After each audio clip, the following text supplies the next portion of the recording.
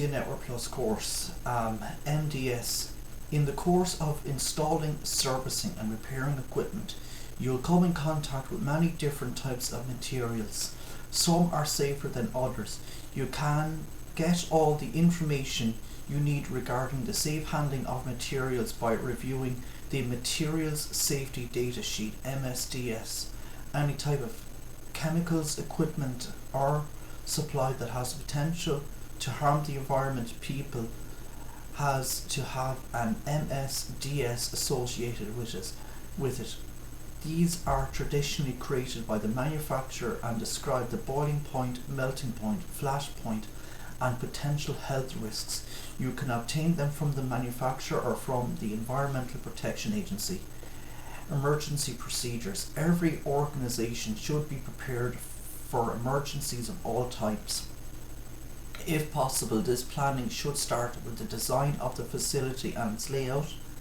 In the next section, I'll go over some of the components of a well-planned emergency system along with some guidelines and maintaining safety on a day-to-day basis. Building layout. Planning for emergencies can start with the layout of the facilities. Here are some key considerations. All walls should have a 2-hour minimum fire rating. Doors must resist forceful entry.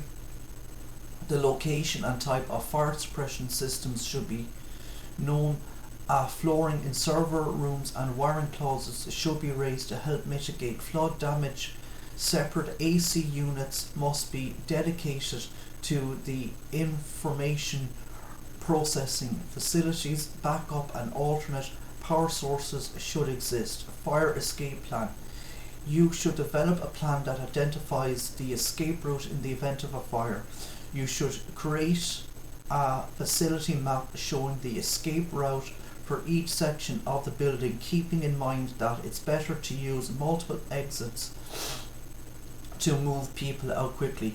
These diagrams should be placed in all areas. Safety emergency exit. All escape routes on the map should have the following characteristics: clearly marked and well lit, wide enough to accommodate the expected number of people, clear obstructions, fail open, fail close. Door systems that have electronic locks may lose power during a fire. When they do, they may lock automatically, fail close, or unlock automatically, fail open.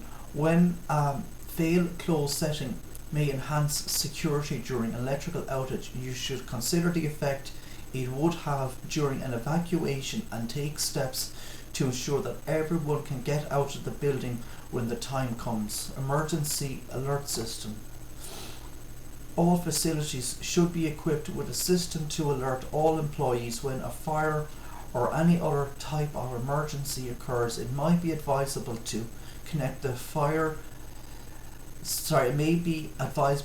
facility to the emergency alert system, EAS, which is a national warning system in the United States. One of the functions of the system is to alert the public of local weather emergencies such as tornadoes and flash floods. EAS messages are transmitted via AM and FM radio, broadcast television, cable television, land mobile radio service, as well as VHF, UHF and FiOS wireline video providers. Fire suppression systems.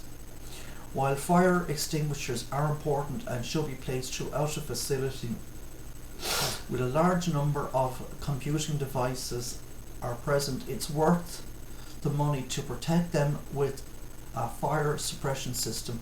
The following types of systems exist. Wet pipe systems use water contained in pipes to extinguish the fire. Dry pipe systems hold the water in a holding tank instead of in the pipes. Pre-action systems operate like a dry pipe system, except that the sprinkler head holds a thermal fusible link that must be melt before the water is released. Deluge system allows large amounts of water to be released into the room, which obviously makes this not a good choice where computing equipment will be located. Today most companies use a fire suppressant like halon, which is known as a clean agent, an electronically non-conducting, volatile and gaseous fire extinguisher that does not leave residue upon evaporation. Leaving no residue means not rendering inoperative expensive networking equipment as water can do if it is released in a data center. It is remarkably safe for human exposure, meaning that it won't poison living things and it will allow you to leave the area safely, returning only after the fire department gives the all clear. HVAC, the heating and air conditioning systems must support the massive amounts of computing equipment deployed by most enterprises. Computing equipment and infrastructure devices like routers and switches do not like the following conditions: heat. Excessive heat causes reboots and crashes. High humidity, it causes corrosion problems with connections. Low humidity, dry conditions encourage static electricity which can damage equipment. Here are some of the important facts to know about temperature. At 100 degrees, damage starts occurring to magnetic media. In fact, floppy disks are the most susceptible. At 175 degrees, damage starts occurring to computers and peripherals. At 350 degrees, damage starts occurring to paper products. Implementing network segmentation. Maintaining security in the network can be made easier by segmenting the network and controlling access from one segment to another.